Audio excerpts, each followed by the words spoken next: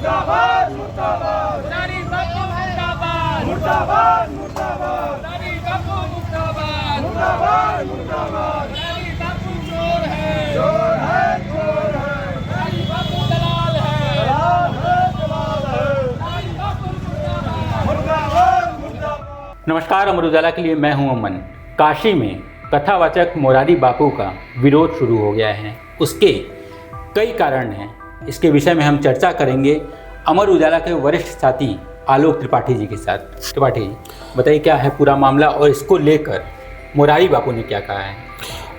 अंतर्राष्ट्रीय कथावाचक उनको कहा जाता है, मानस वक्ता मोरारी बापू आज सुबह काशी पहुँचे और आज से उनकी रामकथा शुरू हुई है, मानस सिंदूर जी। ऑपरेशन सिंदूर से प्रेरित ये कथा है और उन्होंने जो है आज इसकी शुरुआत की। हालांकि आने से पहले 3 दिनों पहले 11 तारीख को उनकी पत्नी का निधन हुआ था, तो इस दौरान वो सूतक में थे और सूतक में वो आज विश्वनाथ मंदिर पहुंचे। उन्होंने बाबा विश्वनाथ का स्पर्श दर्शन किया। मंदिर के पुजारी ने उनका विधि विधान से मंदिर के गर्भगृह में पूजन कराया। इसके बाद उनकी तस्वीरें सोशल मीडिया पे वायरल हुई। तो काशी का तीर्थ पुरोहित समाज, काशी के विद्वान, काशी के जो तीर्थ पुरोहित हैं, शंकराचार्य ने भी ये सवाल उठा दिया कि सूतक काल में इन्होंने कैसे बाबा विश्वनाथ का स्पर्श दर्शन किया, और दूसरा कि व्यासपीठ से वो रामकथा कैसे कह रहे हैं। हालांकि मोरारी बापू से जब ये सवाल पूछा गया तो उन्होंने बताया कि वो वैष्णव संत हैं और उन पे ये नियम लागू नहीं होता है। अच्छा, इसमें एक ये बात भी आ रही है कि जब वो विश्वनाथ मंदिर गए तो जाहिर सी बात है उनकी पत्नी के निधन की सूचना सोशल मीडिया और मीडिया के माध्यम से पूरे देश को मालूम हो गई थी। तो क्या विश्वनाथ मंदिर के लोगों ने इस पर ध्यान नहीं दिया? ये गलती कहाँ से हुई है? मंदिर प्रशासन का कहना है कि जैसे मेरी की एसडीएम से बात हुई, एसडीएम शंभू शरण ने कहा कि हमें तो किसी की जन्म कुंडली के बारे में पता नहीं है और वो संत हैं तो संत आए तो हमने उसी तरीके से उनका आदर सम्मान किया और उनका दर्शन पूजन कराया। तो मंदिर प्रशासन ने तो सीधे इस बात से अपना पल्ला झाड़ लिया और कहा कि वो इन चीज़ों में जो है उसे कोई जानकारी नहीं थी इस बात की। अच्छा, तो ठीक है, ये है रहा पूरा मामला। इसको लेकर सनातन धर्म से जुड़े लोगों ने भी अपनी आपत्ति दर्ज कराई है। आइए आगे की वीडियो में हम देखते हैं कि कौन से लोगों ने किस तरह से इस पूरे मामले का विरोध किया है। गुरुजी, मुरारी बापू मंदिर दर्शन किए हैं और कथा वाचने कल से कथा वाचन शुरू हुआ उनका, जबकि सूतक काल में चल रहे हैं। वो सूतक उनके यहाँ है और वो 3 दिन पहले उनकी पत्नी का विवाह हुआ। क्या ऐसा कर सकते हैं? जी बिल्कुल, शास्त्र का जो आदेश है, प्रायः गरुड़ पुराण सहित तमाम शास्त्रों में सनातन धर्म के संविधान में लिखा गया है कि जन्म और मृत्यु के समय सूतक काल अर्थात अशौच काल अशुद्ध आदमी व्यक्ति होता है।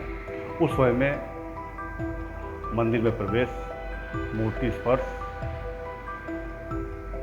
और माला जप, धार्मिक ग्रंथों का स्पर्श इत्यादि वर्जित होता है। और हमारे यहाँ धर्मशास्त्र में कहा भी गया, जाते विप्रो दशाने है न दशाहे न भूपि वैश्य पंचादशाहे न शूद्रो मासे न शुद्ध।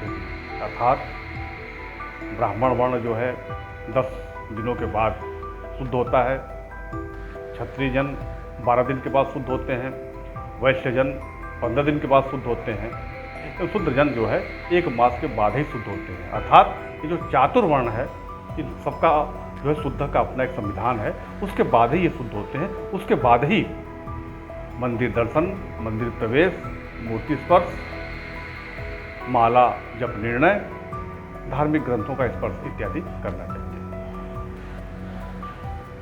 ये कर रहे संत, एक संत भी है ऐसा कर रहे हैं, कथा शुरू हो गई और मंदिर दर्शन नहीं करा रहे, तो ये क्या शास्त्रीय परंपरा क्या है? देखिए बिल्कुल देखिए, किसी भी संप्रदाय के हो, अगर व्यक्ति सद्गृह संत है तो निश्चित रूपेण उसके पे सूतक काल लगेगा, और सूतक काल लगेगा तो निश्चित रूपेण मंदिर में प्रवेश, मूर्ति स्पर्श और माला जप से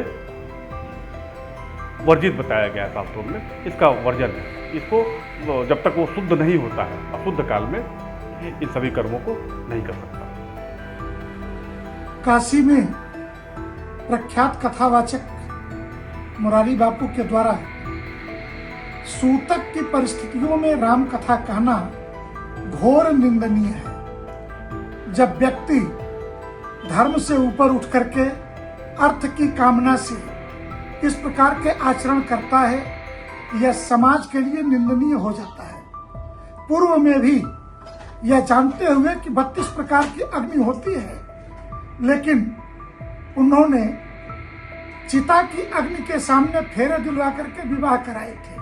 तो मंगल को अमंगल से रिश्ता जोड़ना और उसकी गलत व्याख्या करना और व्यासपीठ पर बैठ करके अल्लाह मौला करना, यह आचरण शोभा नहीं देता है। व्यासपीठों की मर्यादाओं को बना करके रखेंगे तो ज्यादा ठीक होगा। हाँ, सूतक 4 लोगों को नहीं लगता है, ब्रह्मनिष्ठ यति को नहीं लगता है, ब्रह्मचारी को नहीं लगता है, राजा को नहीं लगता है, और प्रतिदिन अग्निहोत्र करने वाले को, तो अग्निहोत्री का जो अधिकार है वो सपत्नीक है, न कि अपत्नीक है। तो मुरारी बापू को यह बताना चाहिए कि इन चारों में वो क्या है। दूसरे, कौन सी ऐसी वैरागी परंपरा है कि जो 16 दिन से पहले समष्टि और षोडशी का भंडारा करती है, जिसके यहाँ पिंडदान हुए बगैर जो है, कौन सा ऐसा परंपरा है? सिर्फ संन्यास परंपरा में जीवित ही स्वयं का श्राद्ध किया जाता है, बीरजा होम होता है।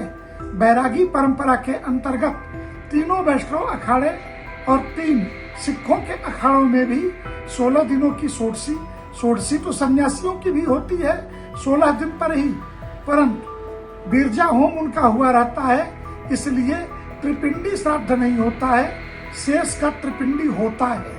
तो मुरारी बापू समाज को धोखा मत दे और धर्म को धंधा में मत बदलें, यही बेहतर होगा। सनातन धर्म में नित्य नैमित्तिक कर्मों के प्रतिपादन के साथ साथ धर्मानुष्ठान, धार्मिक कृत्यों के लिए भी कुछ विधियां बताई गई हैं, कुछ नियम बनाए गए हैं, जिनकी व्यवस्था हमारे धर्मशास्त्र ग्रंथों में प्राप्त होती है। उनका अनुसरण करके ही, उनका अनुपालन करके ही हम धार्मिक कृत्यों का संपादन कर सकते हैं। इसके अंतर्गत ऐसी व्यवस्था प्रतिपादित है, ऐसी व्यवस्था वर्णित है, जिसमें हम शौच काल में, अशौच काल में, जनना शौच या मरणा शौच की स्थिति में देव दर्शन, देव पूजन, विग्रह स्पर्श, कथा प्रवचन इत्यादि का कार्य नहीं करते, क्योंकि ऐसा धर्मशास्त्र विरुद्ध है, ऐसा करना धर्मशास्त्र विरुद्ध है, इससे प्रत्यवाय लगता है। इतना ही नहीं, जिस मंदिर में आप प्रवेश करते हैं उसका देव तत्व भी उस विग्रह को छोड़ करके और चला जाता है। ऐसा हमारे धर्मशास्त्रीय ग्रंथों में विधान है, ऐसा उपदेश है। आज संज्ञान में आया है कि राष्ट्र संत उपाधिधारक मुरारी बापू के द्वारा, जिनकी पत्नी का 3 दिन पहले स्वर्गवास हुआ है, अभी श्री काशी विश्वनाथ मंदिर में दर्शन पूजन किया गया और कल से श्री राम कथा का धार्मिक प्रवचन भी किया जाना है, जो कि बिल्कुल ही हमारे धर्मशास्त्र की मर्यादाओं के विरुद्ध है। और यह धर्मानुसरण नहीं है किसी ऐसे व्यक्ति के द्वारा जो कि स्वयं ही धर्म के स्वरूप में अपने आप को प्रतिष्ठापित करता हो, धार्मिक प्रवचन करता हो और उन्हीं धार्मिक सिद्धांतों को नहीं मानता हो, धार्मिक नियमों को नहीं मानता हो। बिल्कुल ही वह एक बाह्याडंबर है, उसको हम लोग ढोंग की उपाधि भी दे सकते हैं। तो इस तरह के कृत्यों को बिल्कुल ही समाज के द्वारा, सनातन धर्मावलंबियों के द्वारा स्वीकार नहीं किया जाना चाहिए। हाँ, हमारे यहाँ कुछ लोग इस शौच के नियम से अलग भी होते हैं। जैसे कोई व्यक्ति संकल्पित हो, अगर अनुष्ठान आरंभ हो गया हो, संकल्प ले लिया हो, विवाह आदि में नांदी श्राद्ध कृत्य कर चुका हो, तो उसके यहाँ कोई सूतक भी लगता है तो ये दोष नहीं लगता, वो सूतक से प्रभावित नहीं होता। सन्यासी गण है, वो स्वयं श्राद्ध करने के बाद दंड धारण करते हैं तो उन्हें ये सूतक नहीं लगता। अग्निहोत्र करने वाले नित्य अग्निहोत्री ब्राह्मण हैं, उन्हें भी ये सूतक नहीं लगता, कुछ अन्य अवस्थाओं में भी नहीं लगता। लेकिन जो धर्मशास्त्र की परिधियां वर्णित है, धर्मशास्त्र के नियम वर्णित है, उन किसी भी नियम में प्रत्यक्ष रूप से मुरारी बापू नहीं आते और उनके द्वारा इस तरह का कृत्य बिल्कुल ही धर्म विरुद्ध है और धर्म के विपरीत है, सनातन धर्म के विपरीत है। तो मैं सनातन धर्मावलंबियों से यह अनुरोध करता हूं कि इसका प्रतिकार होना चाहिए और ऐसी धार्मिक कृत्यों की, अधार्मिक कृत्यों की निंदा होनी चाहिए जो लोग हमारे सनातन धर्म को इस तरह से भ्रष्ट कर रहे हैं। मुरारी गुजरात के, जिनकी पत्नी को मरे अभी 3 दिन ही नहीं हुआ और वाराणसी के रुद्राक्ष में राम कथा कह रहे हैं, जो भयानक अनर्थ, शास्त्र विरुद्ध और कलयुग के कपट कलेवर भेष धारण करने वाले, ये सब कालनेमी हैं। सूतक गृहस्थ हैं, इनकी पत्नी मरी है, न इनको मंदिर में जाना चाहिए, ना दर्शन करना चाहिए, देवताओं का स्पर्श करना चाहिए, ना धर्म ग्रंथों का स्पर्श करना चाहिए। ये विश्वनाथ मंदिर में जाकर विश्वनाथ की शुचिता पवित्रता को भंग करके भयानक पाप किया है और इनको प्रायश्चित करना चाहिए और 13 दिन तक न मंदिरों में जाना चाहिए। शास्त्र विरुद्ध है।